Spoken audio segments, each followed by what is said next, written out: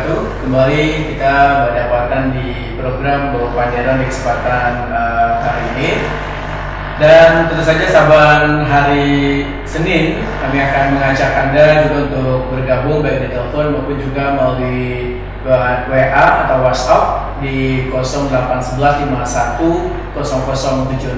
Nah, di program Bawa Panderan kita kali ini kita masih menghadirkan dari partai politik, dan kita juga masih mengangkat satu topik yaitu kesiapan partai politik untuk menghadapi pemilu 2024. Jadi persiapan partai politik dalam menghadapi tahun 2024 apa saja nanti yang dipersiapkan, dan kali ini kita kedatangan Sekretaris DPC PKB Kota Banjarmasin Bapak Zainal Hakim. Assalamualaikum Pak. Assalamualaikum. Ya, sehat Pak? Sehat. Alhamdulillah. Oh ya Pak, kita sesuai dengan tema kita kali ini, kita mengangkat kesiapan partai politik dalam menghadapi tahun 2024. Nah, sekali lagi kami mengundang Anda yang ada di rumah, silakan Anda bergabung melalui telepon ataupun juga di WA kami di 0811 510076. Nah, Pak Zainal, sebenarnya apa yang sudah dilakukan PKB Pak di tahun 2020 untuk menghadapi 2024? Baik. Assalamualaikum warahmatullahi wabarakatuh. Kami dari Dewan Pimpinan Cabang Partai Kebangkitan Bangsa Kota Banjarmasin sejauh ini sudah melakukan persiapan baik itu terkait dengan persyaratan KTA yang terupload di Sipol, kemudian persyaratan struktur partai. Alhamdulillah kami di DPC Banjarmasin sejauh ini sudah 100% melakukan struktur partai, mulai dari Dewan Pimpinan Cabang, Pimpinan Cabang sampai ke tingkat ranting. Jadi sudah benar-benar dipersiapkan katakanlah Pak untuk menghadapi tahun 2024 ini. Jadi kalau PKB sendiri melihat Pak untuk 2024 ini agak sulitkah menghadapi pemilu karena ini serentak Pak? Ya, memang di dalam pemilu 2024 ini memang ada sedikit perbedaan dengan pemilu sebelumnya terkait dengan bahwa di tahun 2024 ini ada dua agenda pemilu, yaitu ada agenda pemilu legislatif dan juga pemilu kepala daerah. Jadi kalau di tahun sebelumnya kan pemilu ini di tahun yang berbeda. Jadi di tahun 2024 ini kita menghadapi agenda dua pemilu. Yang pertama di bulan Februari itu nanti agenda pemilu legislatif DPD dan Pilpres gitu. Kemudian nanti di bulan November itu ada agenda pemilu kepala daerah gubernur dan wakil. Dan kami secara kesiapan tentunya sejak ini sudah mempersiapkan diri sebaik mungkin, dan alhamdulillah sejak ini kita sudah sesuai dengan apa yang menjadi agenda partai secara nasional yang sudah diamankan oleh DPP. Sejak ini kami secara kesiapan administrasi dan struktur alhamdulillah sudah siap 100%. Iya. Nah, jadi sekali lagi kesiapan PKB ini karena sudah 100% Pak. Tapi ini yang sebenarnya Pak Zainal Hakim katakan tadi bahwa kita ini ada dua agenda pemilihan legislatif ya, dan juga ada pemilihan presiden itu nanti. Nah, ketika kedua agenda ini bersatu gitu, ini apakah tidak merepotkan pada sebenarnya kan kalau pemilu legislatif berbarengan dengan pemilu presiden itu kan sudah kita alami di Indonesia.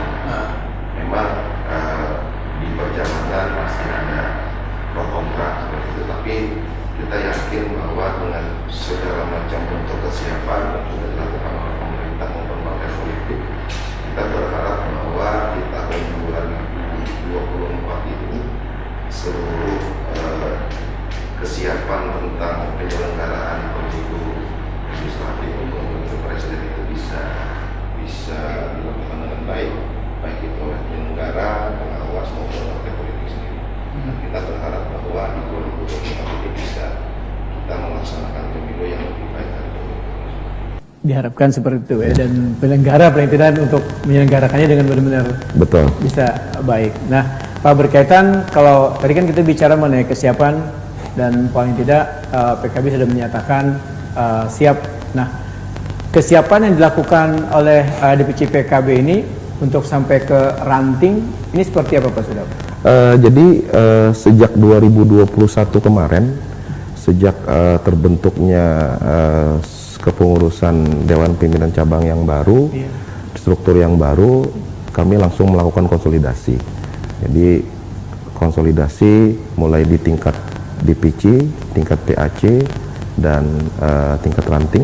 Dan alhamdulillah di sekitar bulan Maret atau April tadi semua proses di semua tingkatan sudah selesai.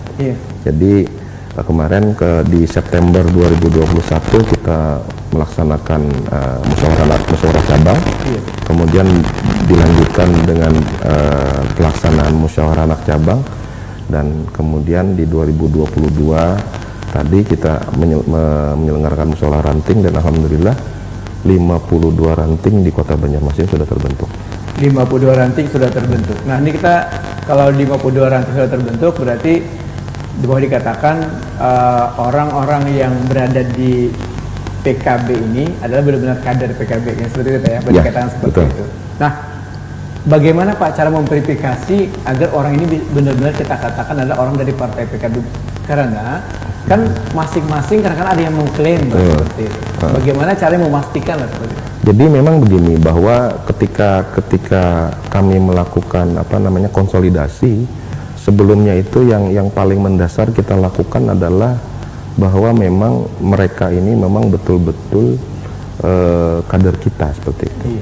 Dan rentang waktu mereka menjadi kader PKB juga menjadi salah satu pertimbangan, baik itu di tingkat ranting sampai ke anak cabang. Jadi kami betul-betul artinya selektif dalam hal ini, dan insya Allah apa yang sudah dilaksanakan ini, dan mereka juga sudah menemukan chemistry lah dengan kita, bahwa memang yang kita rekrut ini, yang kita jadikan pengurus partai ini memang merupakan betul-betul kader kita gitu.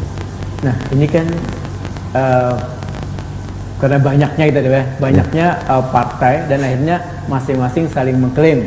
Ada yang mengklaim karena oh ini udah kita ada 100, di sini ada 100, sementara kita lihat penduduknya yang itu-itu aja gitu Pak. Nah, kalau PKB sendiri membuktikannya dengan apa Pak? Apa KTA kan tidak bisa menjadi patokan Pak KTA? Sah-sah saja. Jadi cuman kan kita kan ya ada yang namanya sipol.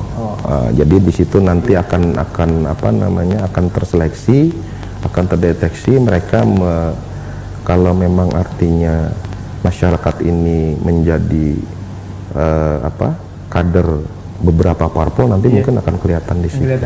Nah, jadi kami pun sudah secara internal kami pun melakukan verifikasi sendiri, dan insya Allah apa yang sudah tercatat, apa yang sudah menjadi database kami, insya Allah itu pure, artinya merupakan kader kami di Kota Banjarmasin. Ya, untuk berbicara masalah kader, ada perbandingan Pak yang binian dan lakian? Ya, jadi memang sesuai aturan bahwa kami sesuai dengan arahan DPP bahwa memang kader perempuan ini terus kita rekrut lah. Jadi walaupun secara persyaratan itu nanti sampai ke tingkat pencalekan itu kan ada syarat keterwakilan perempuan 30%. Tetapi kami insya Allah menargetkan mungkin bisa, ya kalau tidak menutup kemungkinan bisa 50-50 gitu. Jadi mungkin sebanding Pak? Ya. Sebanding. Dan ya kalau kita berbicara mengenai 2024, tentu kita tidak lepas Pak dari milenial Pak, seperti itu Pak. Betul. Nah, sejauh ini apa yang dilakukan PKB terhadap generasi muda kita ini Pak? Ya, jadi seperti kita ketahui bahwa di tahun 2024 ini memang ya seperti dibilang oleh pengamat itu bahwa kita ada bonus demografi. Jadi ini juga menjadi perhatian kami, dan kami secara kepartaian sudah juga artinya melakukan hal-hal yang bisa untuk menarik minat kalangan-kalangan milenial. Kita melakukan kegiatan-kegiatan semacam talk show segala macam, kemudian juga ada kegiatan-kegiatan sosial segala macam yang tentunya ini juga kita melibatkan kalangan-kalangan milenial. Jadi kita berharap bahwa mudah-mudahan Partai Kebangkitan Bangsa ini bisa menarik minat kalangan milenial di Kota Banjarmasin. Nanti cara-cara seperti apa Pak? Cara menarik minat karena kan mereka belum tahu politik. Disitulah kita artinya perlu trik-trik dan itu ketika bicara milenial memang harus ada hal-hal yang memang kita menyentuh langsung pada mereka terkait dengan kegiatan-kegiatan kita apresiasi, kemudian kita ikuti kegiatan-kegiatan mereka, kemudian sebagaimana bisanya kita juga bisa sambil mengenalkan apa itu politik, apa itu Partai Kebangkitan Bangsa gitu. Dan sejauh ini adalah hal-hal yang sudah kita laksanakan terkait dengan kegiatan-kegiatan yang bernuansa anak muda. Iya, jadi paling tidak untuk adik-adik kita milenial ini udah terayomi Pak di PKB ini. Iya. Nah, kalau ini kan ada yang berpendapat bahwa milenial seperti saya katakan tadi Pak, bahwa sangat sulit sekali diyakinkan karena milenial ini mereka tuh karena acuh tak acuh Pak. Banyak yang paling tidak acuh yang tak acuh karena mereka melihat bahwa hanya beramian lah mereka itu kan saat ini kan kebanyakan dari mereka kan hanya beramian duduk santai dan tanpa mengindahkan yang namanya partai politik atau boleh dikatakan adalah kemajuan dari bangsa ini ke depannya. Jadi mereka asik lah paling tidak dengan kehidupan mereka. Nah, sekali lagi mungkin bagaimana caranya nanti agar mereka ini benar-benar bisa memahami arti partai politik, memahami ketika dia ingin berada di PKB, mereka tahu oh PKB ternyata seperti ini dan akhirnya mereka mau bergabung. Nah, tapi akan dijawab tentunya Pak. Kita akan lanjutkan perbincangan kita di program Bawa Panderan ini tentu saja setelah pesan yang satu ini.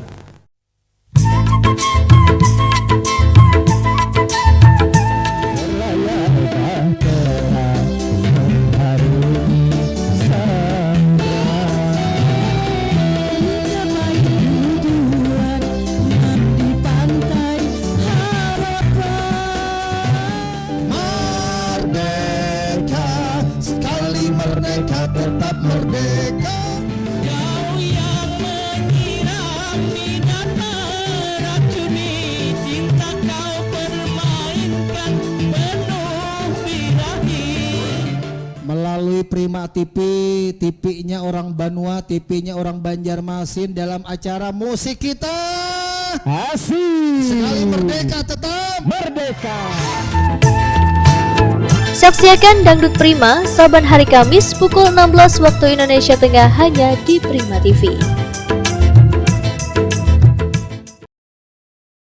Baik, kita lanjutkan kembali pemirsa Prima TV di kesempatan kali ini tentu saja kita masih mengangkat satu topik kesiapan partai politik menghadapi pemilu 2024. Nah, kita masih bersama dengan Sekretaris Dewan Suro di PC PKB Kota Banjarmasin, ada Pak Jainal Hakim. Pak Jainal Hakim, kita masih berbincang mengenai adik-adik kita yang milenial. Kita harus meyakinkan mereka ini seperti apa. Karena sekali lagi bahwa mereka ini kan kadang-kadang abai lah dengan partai politik itu. Dan kadang-kadang banyak yang mengacuhkan partai politik ini. Nah, bagaimana Pak agar mereka nanti benar-benar tertarik dengan PKB ini Pak? Ya, jadi memang yang namanya anak muda ya saya juga pribadi pernah muda gitu kan. Jadi memang ketika di dalam usia SMA kemudian mahasiswa, memang ketertarikan secara khusus ke politik itu memang masih kurang. Jadi ini merupakan juga PR kita sebenarnya. Dan alhamdulillah setahun terakhir ini kami di PC PKB Kota Banjarmasin sudah ada beberapa kali melakukan kegiatan yang bernuansa anak muda. Contoh ketika beberapa waktu yang lalu kita melaksanakan semacam diskusi dengan tema politik riang gembira gitu. Jadi memang secara tema itu memang walaupun ada bahasa politik, tetapi kami di situ mengambil tema politik riang gembira, sehingga acara diskusi itu tidak terlalu serius seperti itu. Diskusi santai terkait dengan dunia-dunia milenial, kemudian di situ juga kita sisipkan sedikit-sedikit pengetahuan tentang politik. Jadi alhamdulillah kemarin ketika acara itu kita laksanakan, alhamdulillah antusias dari kalangan-kalangan milenial cukup bagus. Sampai kemarin ya bahasanya ruangan di tempat itu juga penuh gitu. Dan acara itu juga tidak melulu hanya diskusi seperti itu, tapi juga ada diselingi games-games segala macam. Dan dari situ ada beberapa hal yang memang ternyata memantik keingintahuan dari beberapa anak muda. Dari situ kita bisa berikan masukan-masukan, kita berikan informasi, dan secara tidak langsung mereka juga ternyata memang politik itu seperti ini gitu. Dan memang mindset anak muda terhadap politik ya masih seperti itulah. Dan kita berharap bahwa ini juga pemilu 2024 ini menjadi momentum kita sebenarnya, bahwa saatnya memang orang-orang muda, anak-anak muda, kaum milenial itu juga bisa lebih banyak berkiprah di dunia politik, sehingga bisa lebih mewarnai dunia perpolitikan kita di Kota Banjarmasin khususnya. Yang paling tidak, jadi bukan hanya PKB kata seperti tadi Pak. Jadi semua partai paling tidak bisa bagaimana cara meyakinkan mereka agar mereka nanti tidak buta dengan politik. Pak, kalau di anak muda ini biar lebih tertarik, sebenarnya PKB menawarkan apa, Pak? Sebenarnya ya tentunya kita masing-masing partai politik punya strategi. Tentunya hal-hal seperti ini ada beberapa hal yang memang tidak bisa Tetapi memang kita meyakini bahwa yang namanya kaum milenial ini tentunya akan menjadi salah satu objek dari partai politik untuk bagaimana nantinya di pemilu 2024 ini bisa menarik hati mereka. Dan ini disinilah tentunya perlu ide-ide, perlu kreativitas partai politik, bagaimana caranya bisa artinya meraih hati pemilih terutama di kalangan milenial seperti itu. Iya, paling tidak untuk pendengar nih Pak, untuk pemirsa paling tidak. Wah, ini ada PKB nih, aku ke PKB aja. Nah sebenarnya apa gerang nih? Yang jelas itu begini, bahwa kami juga mempunyai figur ketua umum yang bisa dibilang masih muda, dan ketua umum kami Pak Muhammad Iskandar itu juga seorang yang bisa dibilang cukup gaul dari kehidupan dunia. Dan ini juga menjadi salah satu daya tarik. Kemudian di tingkat kaminya juga sendiri di Kota Banjarmasin, insya Allah agenda-agenda terkait dengan milenial ini akan terus kita kembangkan, terkait dengan hal-hal yang bisa sekiranya bisa mengakomodir aktualisasi diri mereka. Kita dorong seperti itu. Dan kami juga mempunyai seorang ketua DPC yang perempuan, dan ini juga menjadi menurut kami ini juga menjadi kelebihan lah dibanding bahwa di Kota Banjarmasin Partai Kebangkitan Bangsa salah satunya dipimpin oleh seorang perempuan. Dan ini tentunya juga bisa menjadi daya tarik bagi kaum perempuan di Kota Banjarmasin. Satu-satunya itu ya. Kayaknya satu-satunya memang Ibu Hediah. Ibu Hediah ini adalah ketua DPC PKB Kota Banjarmasin yang perempuan. Namun tidak melalui Ibu Hediah ini agak tertarik lah dengan opiniannya. Jadi ya berarti seperti itu Pak. Baik, dan ini berarti kan sudah dekat-dekat sekali Pak, sudah dengan 2024. Dan nanti kan tahun 2023 pendaftaran itu sudah mulai pendaftaran Pak di Ya, PKB Pak. jadi apa namanya, kami juga di DPC Kota Banjarmasin sudah melakukan penjaringan bacalek. Iya. Jadi sejak bulan Mei kemarin sudah melakukan penjaringan bakal calon legislatif, dan kami sedini mungkin mempersiapkan kader-kader maupun apa namanya dari internal maupun eksternal yang mempunyai minat untuk menjadi calon legislatif di Partai Kebangkitan Bangsa. Sejak sekarang kita sudah melakukan penjaringan seperti itu. Mudah-mudahan proses ini terus bisa berjalan dengan baik, sehingga nantinya tentunya di tahun depan ketika proses pendaftaran calon legislatif, kami insya Allah sudah siap 100%. Waktu penjaringan ini ada syarat tertentu Pak? Tidak ada.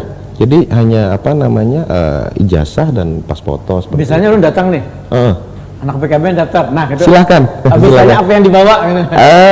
Ya fotokopi identitas, KTP kan, pas foto 4x6, kemudian ya fotokopi ijazah, dan selebihnya nanti bisa ini kan di tingkat internal kami lah. Oh iya, berarti begitu mudah Pak untuk misalnya untuk melakukan sebuah mendaftar ke PKB hanya dengan membawa tanda pengenal dan ijazah lah, itu paling tidak seperti itu. Dan mungkin nanti pemirsa yang ada di rumah ini berminat lah untuk bergabung ke DPC PKB kan, seperti disampaikan oleh Pak Jenderal Hakim tadi, sangat mudah.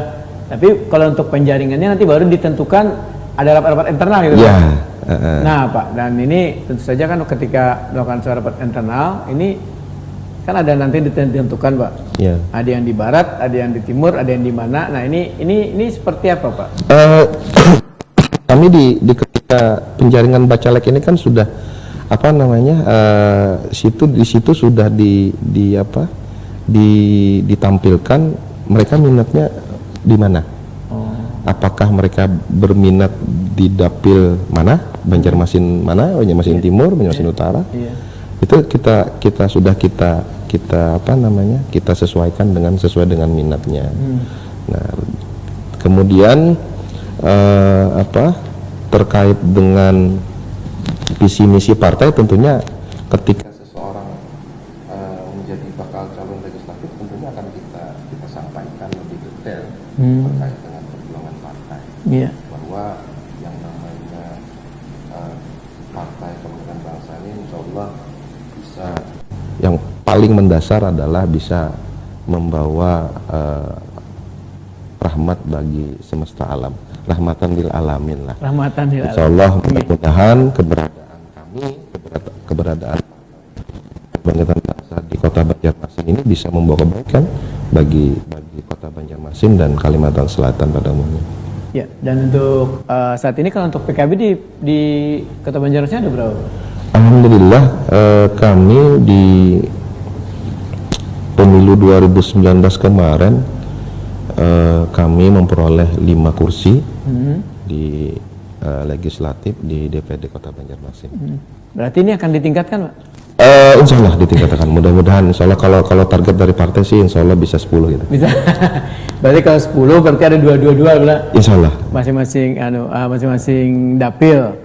Nah ini tadi sampaikan Pak Jenal bahwa sangat mudah sekali ketika ingin mendaftar, walaupun nanti ada semacam verifikasi.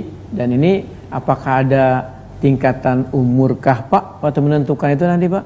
Ataukah dilihat dari segi kepintaran orang itukah, agar nanti bisa, kan di masing-masing dapil itu kan ada kedudukan 1, 2, 3-nya Pak? Ya.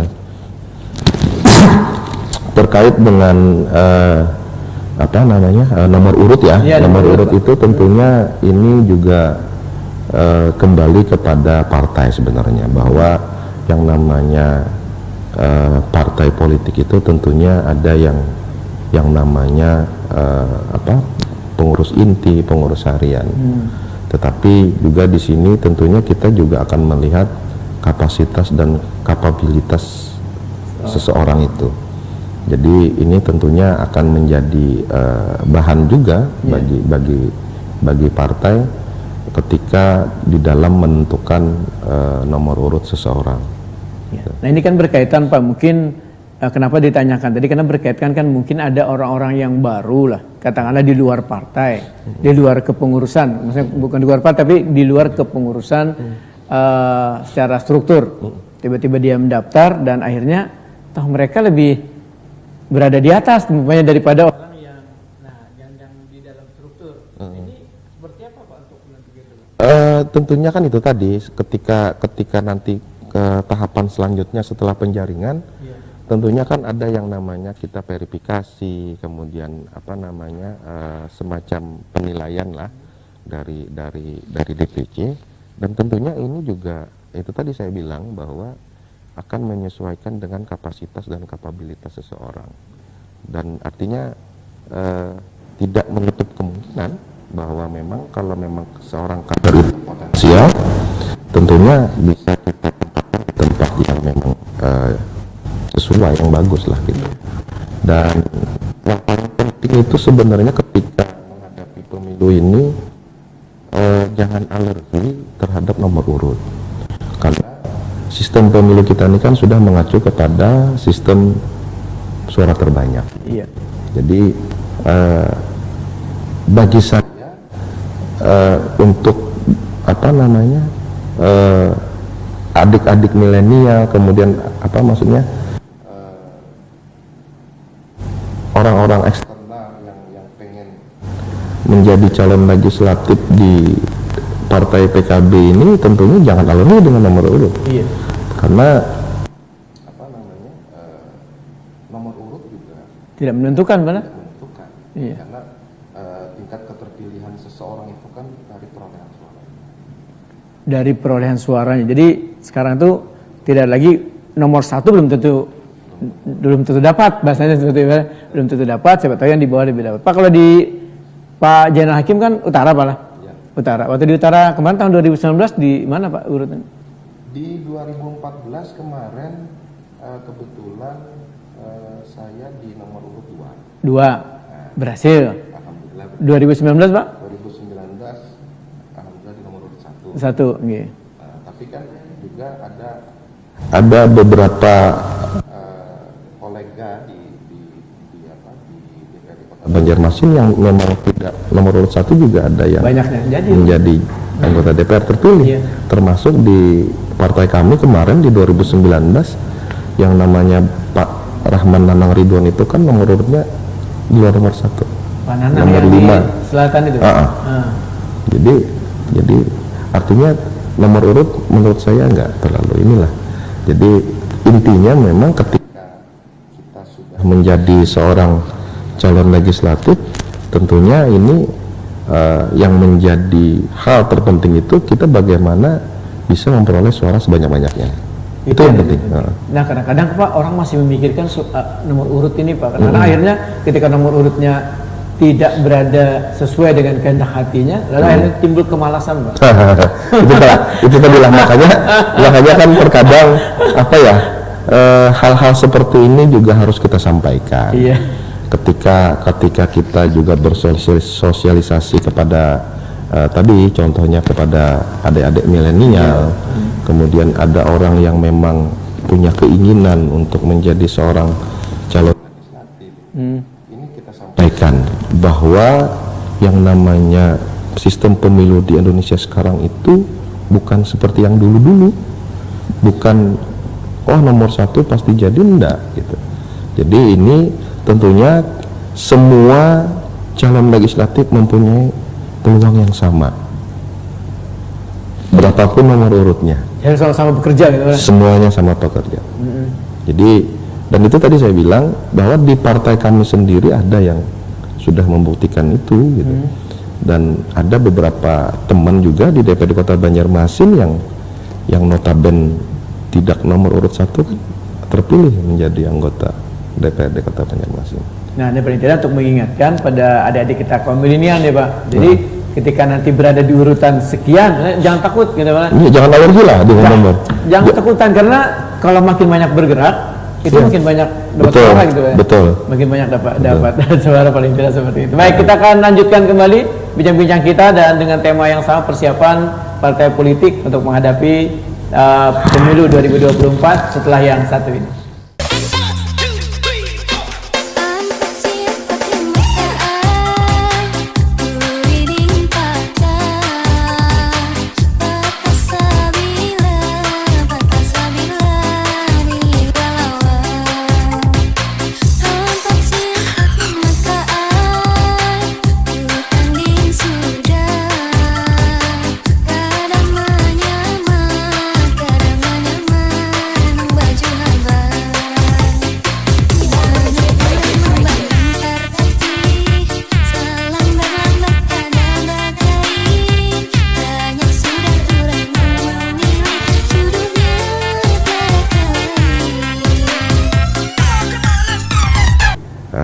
semenjak 2009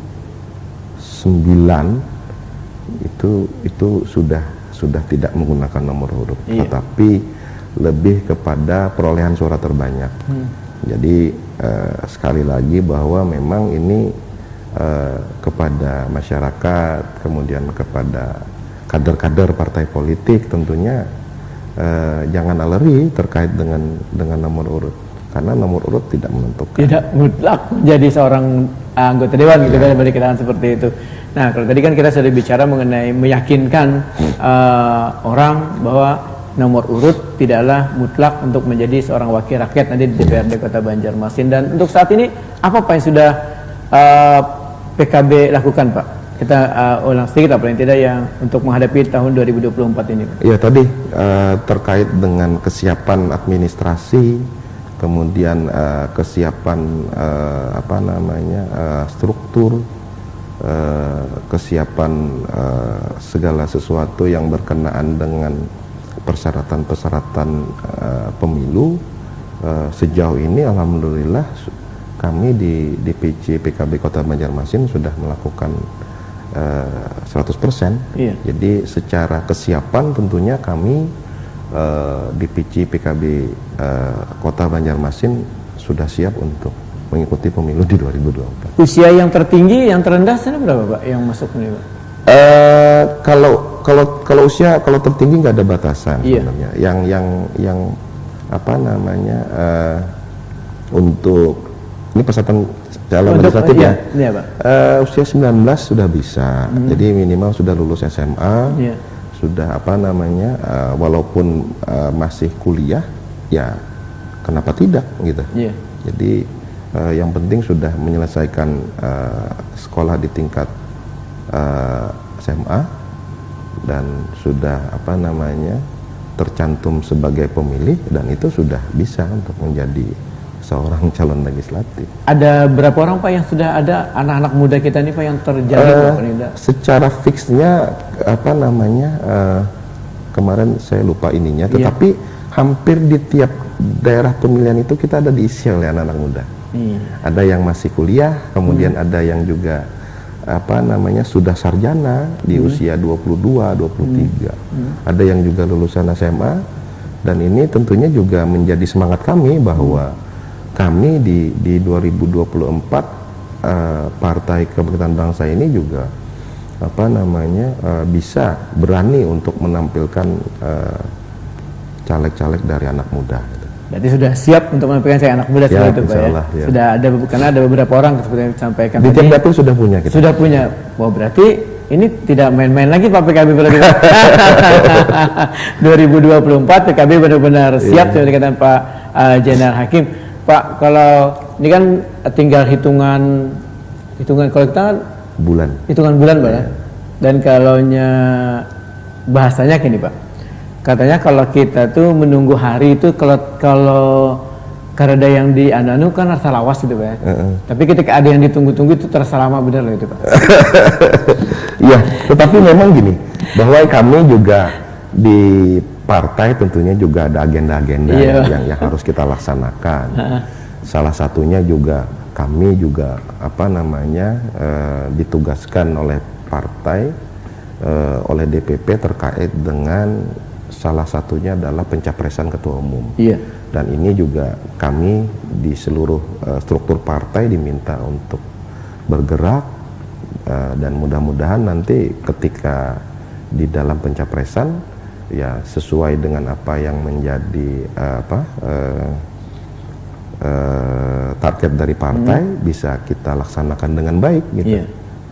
Ya, karena salah satu capres yang digadang-gadang gitu ya, termasuk dari PKB ini adalah Pak Muhaimin Iskandar, paling tidak yang saat ini lagi rame lah, termasuk dalam bursa. Nah, ini berarti ada peran serta dari kader-kader PKB yang di daerah ini turut juga, Pak, ya, Bung? Iya, tentunya kan kita juga tentunya ketika seorang ketua umum kami,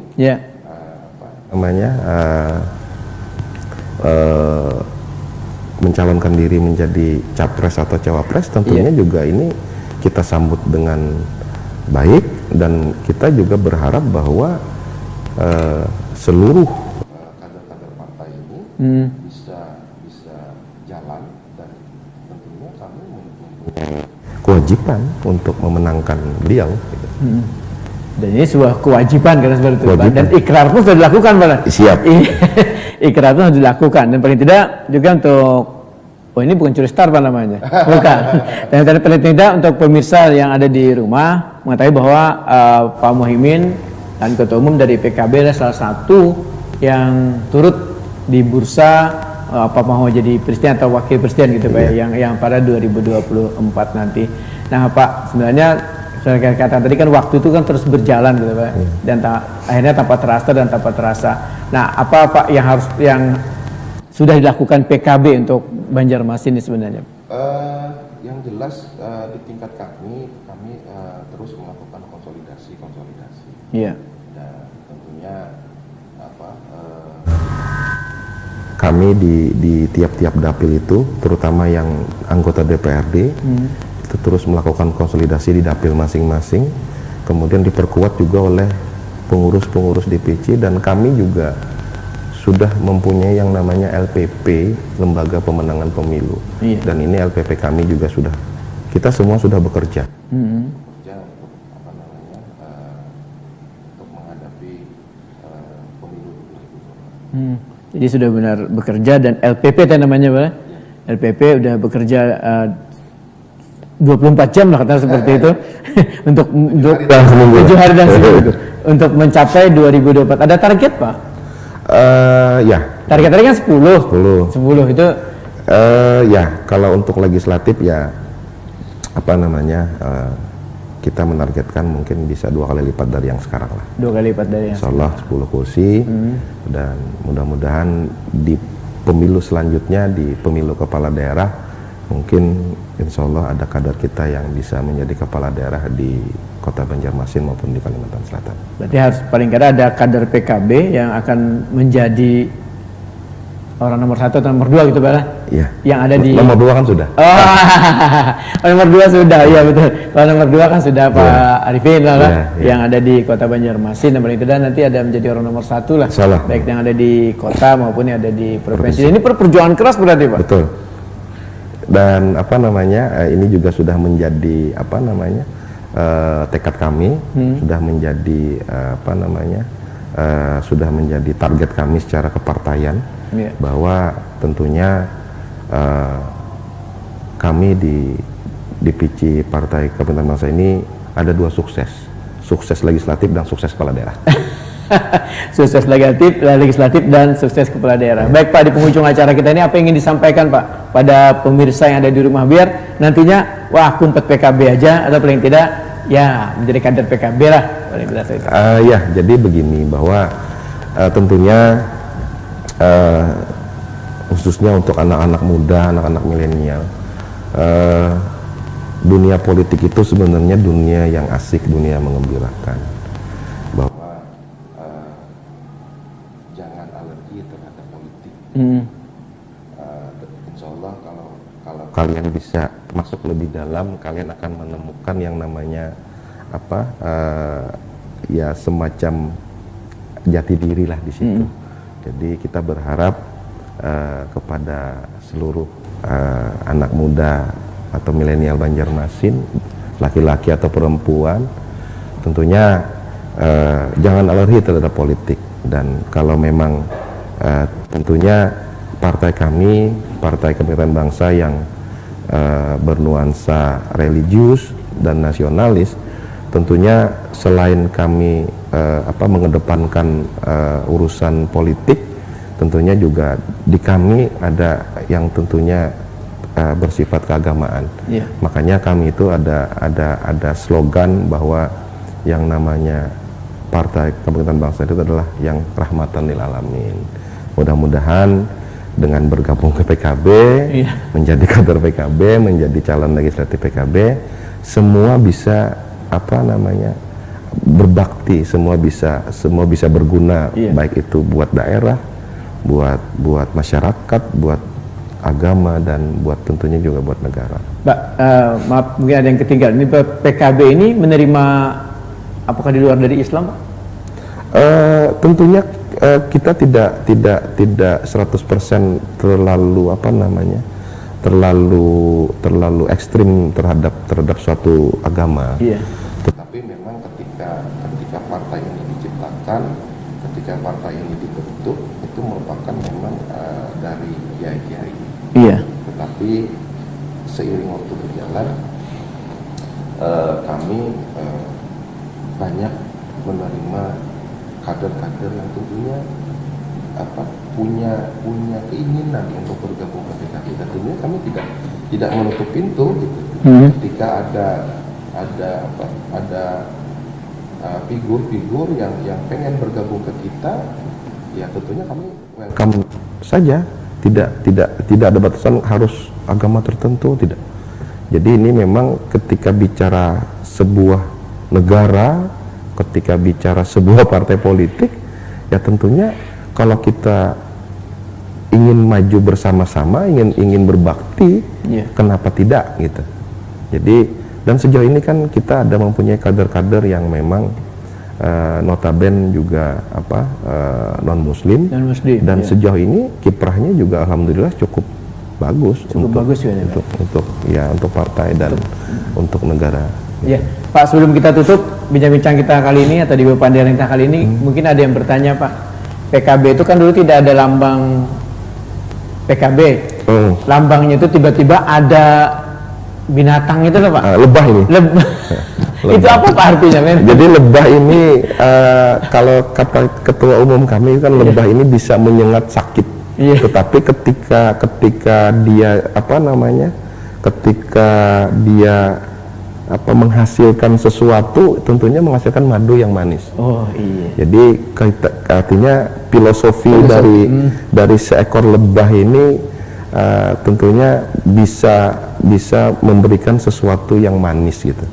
Hasil dari lebah itu kan madu, gitu. Jadi filosofi dari lebah ini ya seperti itu. Ya seperti itu. Baik, pemirsa Prima TV, sebagaimana disampaikan Pak Hakim tadi kan, kadang-kadang mungkin ada yang orang tua-tua dulu, Pak, melihat sama PKB kok tiba-tiba ada berubah gitu. Nah sekarang sudah mendapat penjelasan bahwa memang ini untuk menarik, sampai ada bahasa filosofinya bahwa lebah itu adalah penghasil madu, paling tidak nanti orang yang bergabung di PKB itu ada manis-manis gitu. Jadi karena kan madu itu menghasilkan hal yang manis dan tentunya manis dalam berbicara gitu lah, manis dalam pergaulan dan manis dalam, dan tentunya ketika kita berbuat sesuatu, ya tentunya tadi yang filosofi madu tadi itu kan manis, artinya kan bisa dinikmati oleh orang banyak, sesuatu yang bagus, membawa kesehatan segala macam. Jadi yang namanya madu itu kan banyak fungsi, dan kita berharap bahwa keberadaan kami, keberadaan Partai Kebangkitan Bangsa ini bisa ya layaknya seekor madu, seperti madu lah. Bahwa insya Allah keberadaan kami bisa membawa kebaikan untuk masyarakat, untuk daerah, untuk agama tentunya, dan juga untuk negara. Baik, terima kasih Pak Jena sudah bergabung kesempatan kali ini, dan pemirsa Prima TV. Tanpa terasa waktu juga yang mengakhiri jumpa kita di program Bapak Panderan kita kali ini. Harapan kita mendapat lagi di kesempatan yang akan datang, dan tentu saja kita akan mencoba nantinya untuk menghubungi rekan-rekan partai politik yang lain dengan tema yang sama, agar kita tahu apa saja sebenarnya yang sudah dilakukan oleh partai politik dalam menghadapi pemilu 2024 mendatang. Wassalamualaikum warahmatullahi wabarakatuh. Assalamualaikum.